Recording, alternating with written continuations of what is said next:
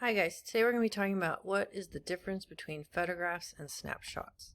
So our objectives are to be able to distinguish the difference between photographs and snapshots, and then understand the guidelines of composition to create successful photographs. Our first words worth knowing is snapshot. A snapshot can be taken of anything and it varies in quality. So usually a snapshot is just a quick rough capture to document a scene or event. So for instance, this picture of my dog's getting ready to go to the vet. Second is photograph. A photograph is a carefully considered, composed, exposed, and executed art form. So this is by the artist Dorothea Lange, and this title of this artwork is called Migrant Mother. Here's another example of a photograph. This is very well thought out. The camera settings are thought out and the composition. So this would be considered a photograph. So how do we advance from just simple little snapshots to photographs? We need to pay attention to our composition and be purposeful, and then we also need to learn how to control our camera. So for this, we're going to be paying attention to what kind of composition guidelines we need to follow. So these are the guidelines for perfect photo composition. So this is how you create a structure, balance, and dynamics in your images. So the rule of thirds, simplicity, leading line, balance, framing, and then finally to avoid mergers. So the first one we're going to look at is the rule of thirds. So you might notice that you have this on your phone when you're taking pictures, that there is a grid setting. So this provides structure to your images. You're going to divide that frame into thirds vertically and horizontally.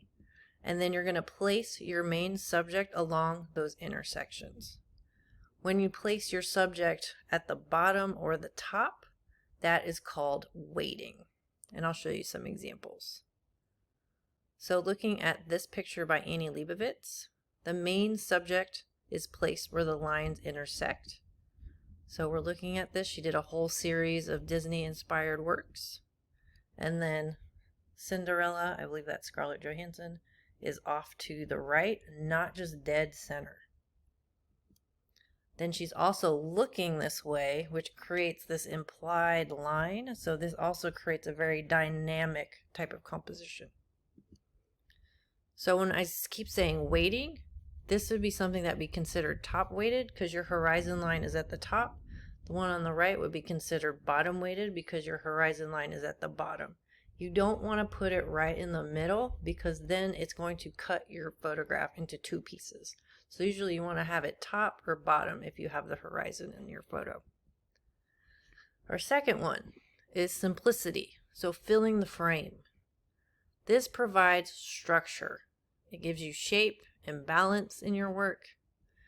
You want to create a focal point without distractions. So you're going to use an uncomplicated background if you can. You also need to think about positive and negative shapes that are in your work.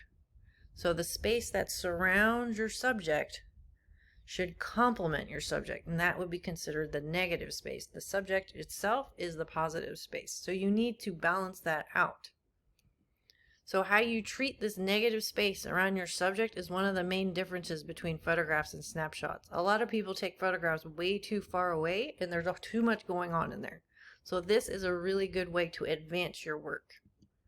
So looking at this photograph of Audrey Hepburn, you're going to see this negative space around her. It's plain, it's simple, and it highlights just that beautiful outline and profile of her face.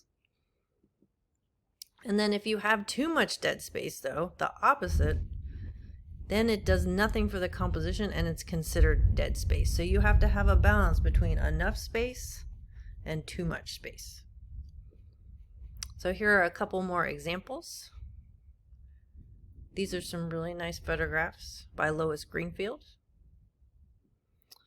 Our third one is leading lines. So leading lines. Line provides structure and dynamics. So you're giving a frame and architecture, and you're also creating movement.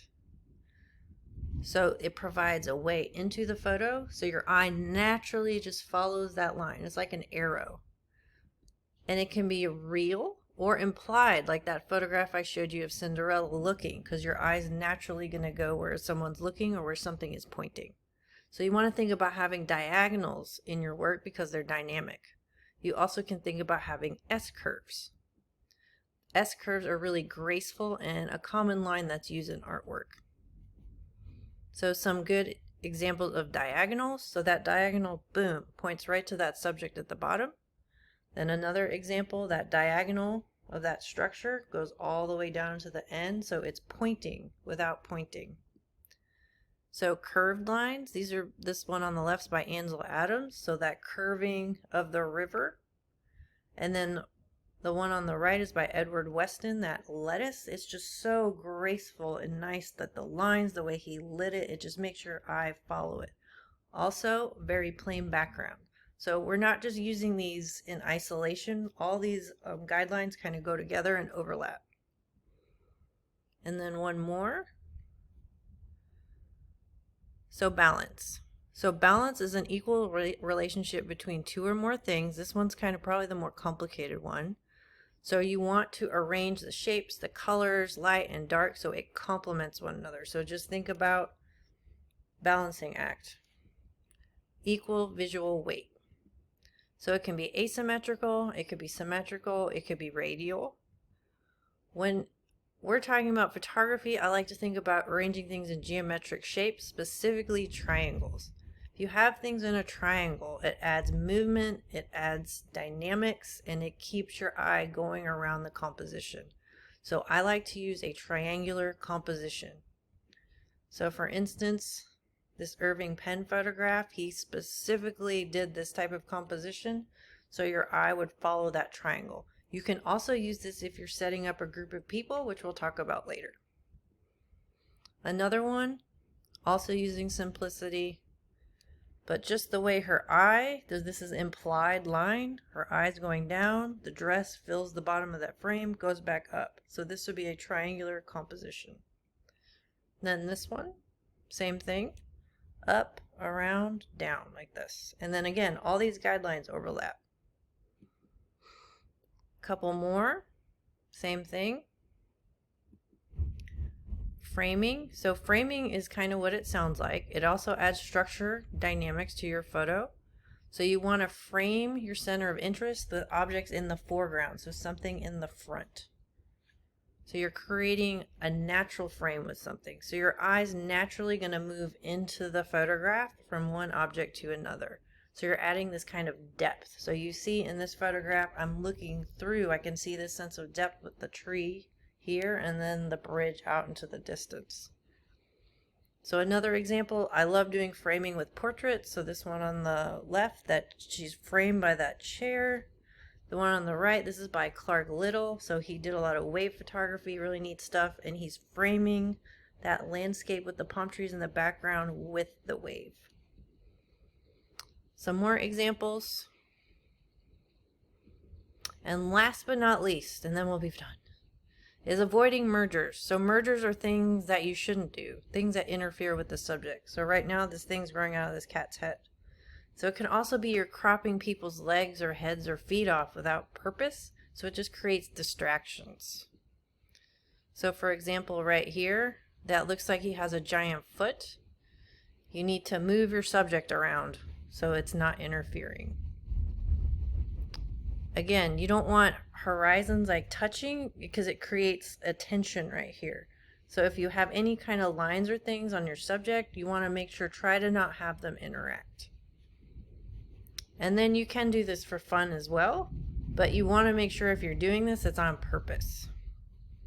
So how do you avoid doing this? Switch your camera, don't just be in the same spot. Adjust your depth of field, which we're going to talk about later with aperture. Move your subject. Don't have the distracting background. Try to do what you can. Crop or adjust it in editing. I would say that's kind of a last resort. And just be aware. Just be aware. All right, so make sure you complete your note sheet and then check off with me when you're done. And can't wait to see what you've done. I can't wait to go start taking photographs.